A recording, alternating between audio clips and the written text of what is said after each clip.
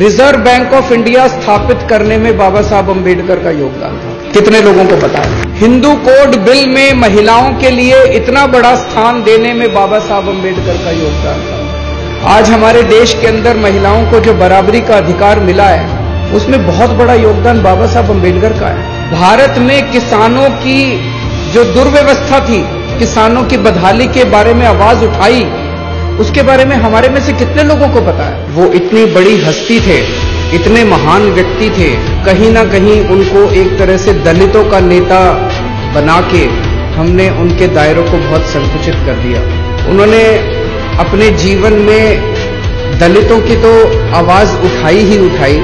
वो खुद उस समाज से आते थे, उन्होंने खुद अपने जिंदगी में बहुत संघर्ष किया, लेकिन उन्होंने समाज के हर उस वर्ग की आवाज उठाई जो समाज का वर्ग दबा हुआ था, कुचला हुआ था और जो अन्याय झेल रहा था। उनके जीवन से सबसे बड़ा मैसेज ये है, एक गरीब परिवार में पैदा हुए, गांव में पैदा हुए, वहां पे उन्होंने बचपन में जिस तरह से छुआछूत झेला और जो गरीबी झेली, उस जगह से निकल के, और ऐसे समय में जबकि पढ़ना लिखना कितना मुश्किल होता था, उस समाज के लोगों को स्कूल में जाना कितना मुश्किल होता था। अच्छे अच्छे घरों के, अमीर घरों के बच्चे भी उतना नहीं पढ़ पाते थे।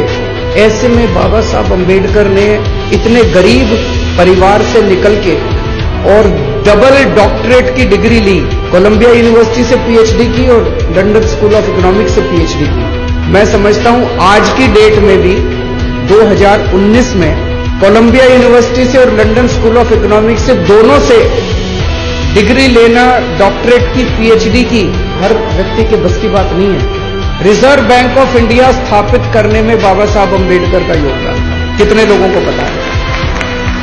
हिंदू कोड बिल में महिलाओं के लिए इतना बड़ा स्थान देने में बाबा साहब अम्बेडकर का योगदान था। आज हमारे देश के अंदर महिलाओं को जो बराबरी का अधिकार मिला है, उसमें बहुत बड़ा योगदान बाबा साहब अम्बेडकर का है। भारत में किसानों की जो दुर्व्यवस्था थी, किसानों के बारे में उन्होंने इतने कदम उठवाए और इतने उन्होंने किसानों की बदहाली के बारे में आवाज उठाई, उसके बारे में हमारे में से कितने लोगों को पता है? बाबा साहब अम्बेडकर ने ऐसा संविधान दिया है हमारे देश को।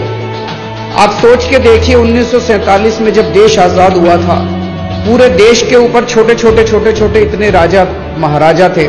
सरदार पटेल ने देश के अंदर घूम घूम के सारे देश को इकट्ठा किया, एक भारत बना।